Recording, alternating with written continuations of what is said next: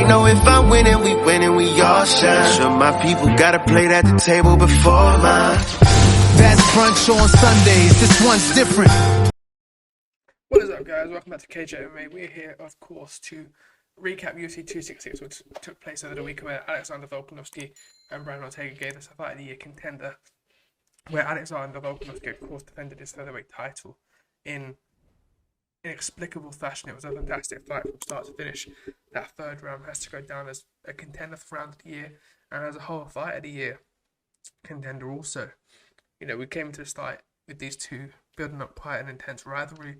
Alexander Volkanovski was unlike himself in terms of the way he was trash talking, you know, talking down upon Brian Ortega, getting the fire and the heat going. Obviously, that had been built up throughout the the Ultimate Fight, and with that returning and those two being the coaches, there was some bad blood boiling between those two going on from that. And obviously, since that was filmed and since that fight took place, obviously Ortega tested positive for PEDs prior to that in his career, and obviously Volkanovski picked up on that and landed that fact during this camp and build up to this fight, and obviously he was very unhappy with that fact, and rightfully so. And that Ortega was undeserving of the belt and undeserving to be in that position, fighting for it as well against him. But that was certainly quickly, you know, washed away. And by the end of the fight, both of them had very much, you know, a lot of respect for each other, a lot of, you know, competitive spirit against one another, and it was a very friendly ending towards the end of the fight and the finish of the fight, of course. And obviously, Alexander Volkanovski did put a bit of a beating for Ortega, not quite like how Holloway took a beating. You could see the development that Ortega's made over the past 2 years.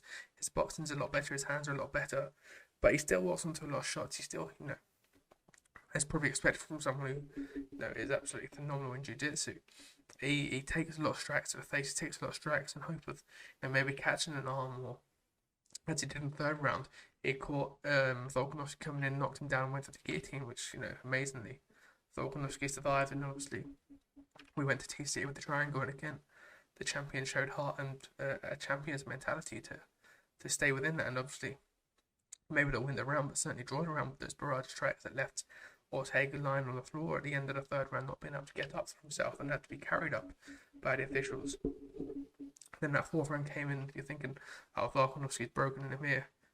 We get the doctors coming in between the fourth and fifth, and thinking, oh, unfortunate that Brian Ortega is getting the same outcome as he did against Max Holloway. He would have come out for the fifth round, probably the best for him in terms of his health and whatnot, based on the 4 rounds we've seen. Albeit that third round had left a bit of what if going into that fifth round. But we got a fifth round, and Ortega looked fantastic. I think he won that round, if not on one of the scorecards, definitely 2. I think that was 150-45, 50-44, and maybe a 49-46 in those scorecards as well. But he, you know, showed, you know, tremendous heart, as he did in the first half show that he had. But I think we could see these two square off once again. It was one of those fights where you could, you know, potentially put down a number 2 despite the disparity on the scorecards. But it was a fight that, you know, certainly delivered. And to have a look at the results, of course, 290 strikes landed there from Volkanovski, 101 landed for Ortega. Obviously, only 88 of them significant, 214 significant for the champion. It showed a dominating pace, Kamaru's-esque, Covington-esque, in the pace that he started from start to finish of the fight. Where, you know, I think DC said it, he looked at the clock for the first time with 20 seconds left to go of the final round. That's just how much of a machine he is. But of course, former rugby league player, you know, we know if you're in the UK at least, you know the push and the hard work you have to put in as a rugby league player, taking a lot of hits. You know, unlike rugby union where there's a lot of stoppages, maybe rugby league is a ferocious game, and certainly Alexander Volkanovski would have used that training and that conditioning to come into his fight career and, you know, be able to go 5 rounds. Obviously, we had the 2 takedowns from Ortega, and those submission attempts were fantastic also. But in the end, Volkanovski did get the win. And still, of course, and, you know, he showed tremendous spirit to continue and, you know, make it 20 fights in a row now that he's won, which is a tremendous achievement and something that definitely shouldn't be, you know, looked upon too much or looked over too much. He deserves some respect for his name, but he certainly gets disrespected, especially since that second Holloway fight last year. You know, a lot of people thought Volkanovski had won that. But, you know, at the end of the day, Holloway had won that, but at the end of the day, Volkanovski on the scorecards officially won that fight and deserves respect to be the featherweight champion, you know. His last 4 fights, 5 fights even, though Chad Mendes, Jose Aldo, Holloway twice, and now Ortega has come out with wins in each of those. And, you know, that finish against Chad Mendes was phenomenal, sorry. And anyone who goes 10 rounds with Max Holloway deserves a lot of respect also. Next to him, it was a bit of a dodgy one, this. I know it's going to be between Max Holloway and probably Yair Rodriguez, but the fact they announced that fight the day before that this took place, I thought was a bit amateur from the UFC, in a sense that they're very much usually fight week. There's a contender, you know, floating about in that division or the title fight that week. You normally see or hear from Dana and UFC. Let's see how it plays out, and, you know, see what happens Monday morning. Because obviously you had the number 1 contender Max Holloway free, or, you know, in the public knowledge at least free, Friday going into Saturday, thinking, okay, if, whoever wins here, Holloway's going to be a title belt. Of course, he's supposed to be fighting in July against Yair, of course, but an injury stopped that. And sometimes we just have to move on, but we've seen the UFC and Dana White persist with this fight. Of course, Max Holloway is someone who'd like to stay active. He put a dominant performance against Gator. Maybe he wants something a bit more fresh, rather than having 8-9 months off ahead of the champion. Maybe he wants to be a bit more active, but it does put their timelines out of sync with one another. Of course, this fight was meant to take place in March. We probably would have seen the trilogy this weekend between Max Holloway and Volkanovski had the results and fights gone that way, and the timeline had gone that way. But unfortunately, the sport doesn't go like that. Obviously, got Korean Zombie coming off the loss. You got Calvin Cater coming off the loss to Max Holloway. So you got Arnold Allen and Giga Chikadze out of 2. Personally, where you're looking at, you know, these guys next in line for a title beyond Max Holloway and Yair Rodriguez. But I do think they need 1 more win, maybe 2 more wins. You know, if Giga Chikadze came in and beat Korean Zombie, you could probably, most likely, they'd put him down as number 1 contender. And same with Arnold Allen. If he beat Calvin Cater, or no, maybe Brian Ortega. Brian Ortega's return fight, you definitely see and start hearing about title challenges with a win like that on your resume. But yeah, all props to Alexander Volkanovski. Props to Brian Ortega for that walkout. That was a gangster walkout with the Persian music and the masks. Absolutely phenomenal walkout. It's just a shame we lost. It's one of those walkouts where you want the stars to align and you go walking away the belt, and you almost had it in that 3rd round, but not for the heart of Alexander Volkanovski, of course. And let's have a quick look at the rankings, of course. Volkanovski, Max Holloway, as we mentioned, Brian Ortega, Yair Rodriguez. So yeah, we've got Josh Emmett there, Danny Gayes and Barboza in the top 10 as well. So there's some cracking fights we had. It's going to be interesting to see Giga Chikadze and Arnold Allen are in that, you know, as we close out 2021, if they're in that top 5, top 6. But Arnold Allen is top 6. But Chikadze mainly, if they can get a fight against Chang Sung Jung or Calvin Cater, then we are absolutely laughing. And that moves on nicely to the flyweight division. Of course, Valentina Shevchenko, once again in dominant fashion, like a cat playing with a food, with a mouse, you could say. The way she dominates her opponent, she doesn't go straight after the kill. She just puts a beating on consistently over, however long the fight takes. In this instance, just over 4 rounds, and she's absolutely brutal. Almost Khabibesque in the way she breaks her opponents down. Uses that first round to really nullify and download the data, get into their rhythm, and then 2nd, 3rd, 4th round, they slowly start going for kill, like a viper, strangling their prey. But Valentina Shevchenko was phenomenal again this weekend, and really showed why she is the queen of the flyweights and why there's very little competition for her in this division. We always have a puncher's chance in this sport, and with Lauren Murphy coming in at a 5-fight streak, someone's very gritty and tough and durable.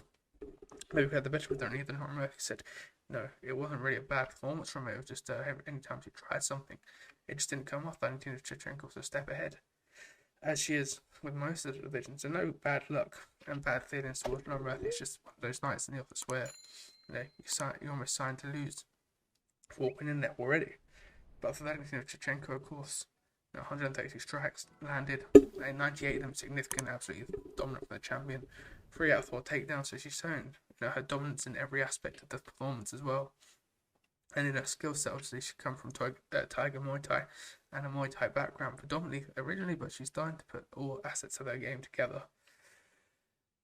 And she likes mauling, doesn't she? She loves this crucifix. She loves putting her elbows in and, getting a brutal finish towards the end to a point where the referee is stopping the fight. Maybe not a bit late, but you're thinking, God, the referee's done a good thing there, getting the opponent out there in Lauren Murphy. In this case, it was a good stoppage. A good time to get her out there and not take too much damage. Obviously, remember one of Valentina Shevchenko's original fights in the UFC were with Mazagati. Taking too long, and obviously Shevchenko putting on a dominant performance and cutting up her opponent. But I mean, I have got a name at the top of my head right now, but there's a bloodbath in there. But yes, Lauren Murphy have come back from that. Valentina Shevchenko, it's difficult to see who's next for her. It could be Amanda Nunes. Personally, it's an okay fight for me. The trilogy, obviously, again, is similar to the Volkanovski and Holloway, in the fact that Nunes is 2-0 up, but a lot of people thought Shevchenko won the second. So there is room for that one. Obviously, she's got to get past Juliana Pena first in the bantamweight division. I would like to see Zhang Weili or Rose Namajunas maybe move up to 125, depending on what happens in their title bout in November or December.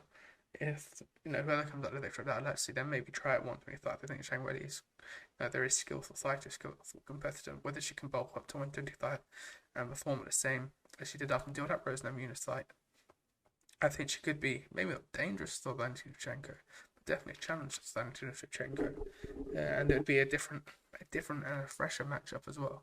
And especially with strawweight, obviously you've got Carla Esparza who broke to be fighting for the title.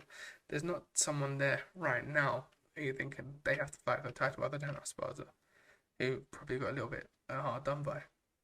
Maybe Jessica Andrade now could be that person, having called out both strawweight champions after her, phenomenal victory against Cynthia Calvillo this weekend. Smart call out from Jessica Andrade, also not asking for that rematch because I think that'd be tough to give her after the result of the fight with Valentina Shevchenko. So to go after the champions, both she's lost against, but she beat Rose Namajunas, so she can have that trilogy maybe. And that fight with Zhang Weili was back and forth, and Zhang Weili, I remember it being a fire fight, both of them clipping each other, and it was Zhang Weili who got the better of that. But I think if Jessica Andrade went in there with a more composed game plan, I think she's certainly a more powerful hitter than Zhang Weili is. She's probably a stronger fighter than Zhang Weili is. Zhang Weili is very technical, very quick. She has the ground game or the foundations of MMA, to a pinpoint. But I would maybe back Andrade as a brawler. Going in a rematch with Zhang Weili. So very good call outs, but for the champion Valentina Shevchenko, Michael Bisping did mention putting the trilogy at 130. I don't know if Nunes can make 130. It'd be of course she does. Obviously she's bouncing between 135 and 145. To expect her to go down to 130 would be a tough ask. She's definitely not making 125, so we can't even make Nunes triple champ, you could say. So I guess it would have to be 135, which is unfortunate for Valentina because it puts her straight in the arms and the target for Nunes in a prime position for the bullet. So yeah, I think we just have to wait this one out, see the next contender rise. It could be Katlyn Chookagian in a rematch. It could be Joanne Calderwood is going to need a win. It could be Tatiana Suarez once she's fit and healthy. Obviously she's going to need to get a win, but if she can beat someone in the top 5, she's right in there immediately. As is someone like Alexa Grasso. So yes, tough night in the office for Lauren Murphy, but a perfect night in the office for Valentina Shevchenko. Now it wasn't a perfect night for Nick Diaz, obviously returning after 5-6 years out of cage. First of all, that spinning hook kick was atrocious when he came out. I didn't have a good sign from Nick Diaz, of course. I was mentioning on the MMA Casuals podcast that we've done. This is my first exposure to Nick Diaz in a real-time scenario. And probably for a lot of fans, their first time watching Nick Diaz in the cage live for the first time. And it wasn't a great watch, was it? Of course, the boxing of Nick Diaz is what he is known for. It was fantastic. He threw some very heavy shots, the hard shots. He showed that he still has that in him. He showed that he still has the fundamentals of MMA within him, and he's still a powerful puncher.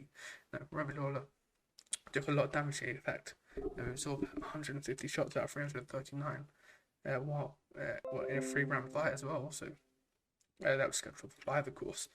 But Robbie Lawler connected 131 times, and obviously in that third round, 44 seconds in, Nick Diaz took the knee, and of course decided not to continue. Now that wasn't a quit from my part, it was just a he's done, he's got to his maximum at this point in time. Of course, no, the build up to this was him saying he didn't want to be their sponsors, and management almost forcing him to do it. In the Octagon interview, more warranty, he said that he didn't know this fight was being set up. Of course, he looked ripped a couple of months ago, but going into this fight, he didn't look in the greatest shape of his life. Of course, he's put on weight naturally through age and lack of competition and etc. Even though he's still training very hard, triathlons and his coaching side. But it wasn't a great look, and whether he comes back, maybe he could come back, but it'd have to be at 170, it'd have to be in terrific shape, because he showed a glimpse of the old Nick Diaz, but he also showed that, Father Time waits for no one, and maybe his time in the Octagon is done. But having said that, I would be down to watch him in a couple of boxing matches, maybe. Of course, we don't want to see him take too much damage, but if there was questions that he was taking a payday in the UFC, I'd much rather him take a payday in a boxing bout with someone than in an MMA exhibition, which would be a lot more damaging with the amount of weapons that is on display in the MMA.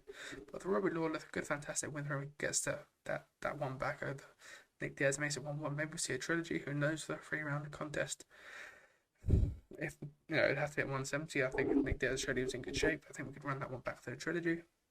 Nick Diaz is a fan favorite. Robbie Lawler's an absolute legend. Maybe it does beg the question for an OG division now. They can just have legends bouncing in and out, fighting each other, rather than becoming a highlight reel for an upcoming killer, whether instead of being fed through a Khamzat Chimaev or something like that. Having a legends division, you've got the Cowboys, the Dan Hardys, Tyron Woodleys, etc. Joey Benavidez would fit into that, or be a different weight class. But maybe there's time for a legends almost roster, I guess you could say. Now moving on, heavyweight Curtis Blades put on a fantastic display against Rosenstruck. Rosenstruck didn't quite show up.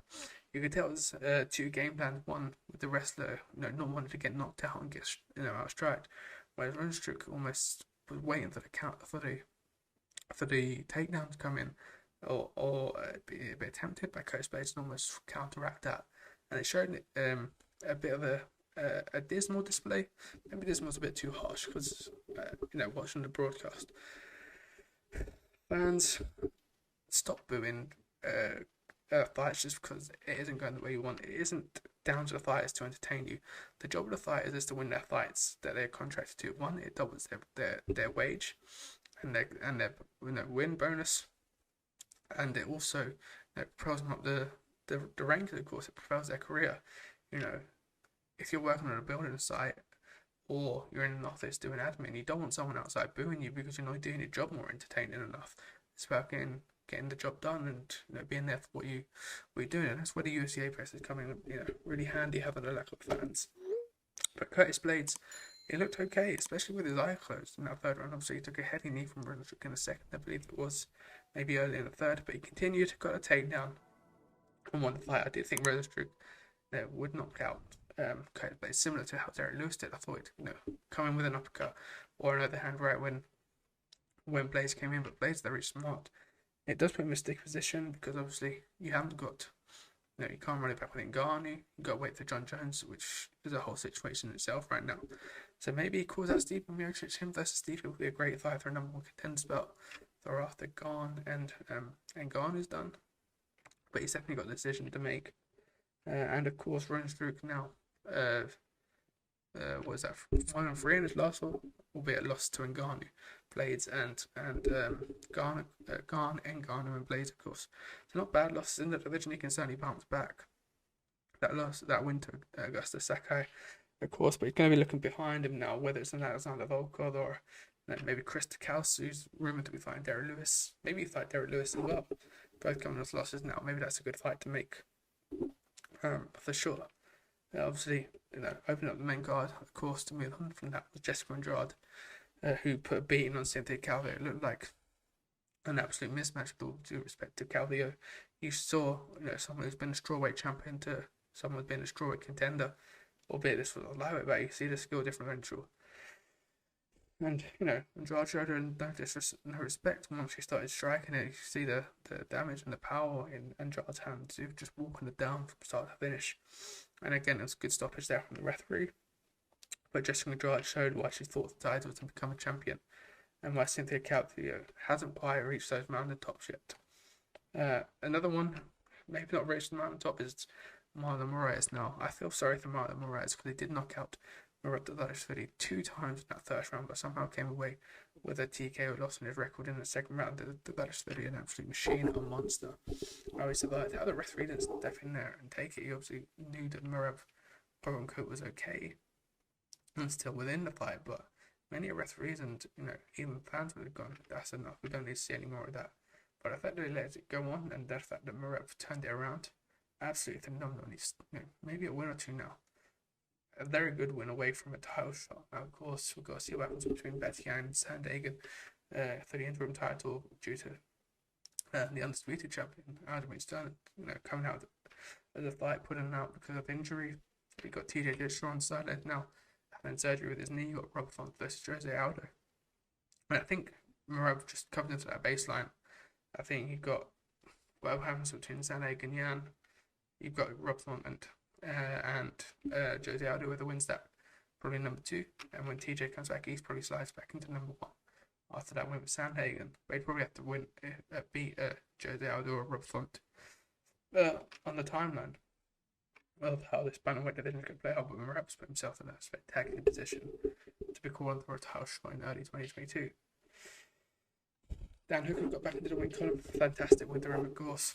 Both of these, Dan Hooker and Pat Perez, of course, having very tough weeks, and Pat Perez, as Dan Hooker even kindly mentioned to Sam, his challenge to get to the Octagon is much more difficult, having lost his mother.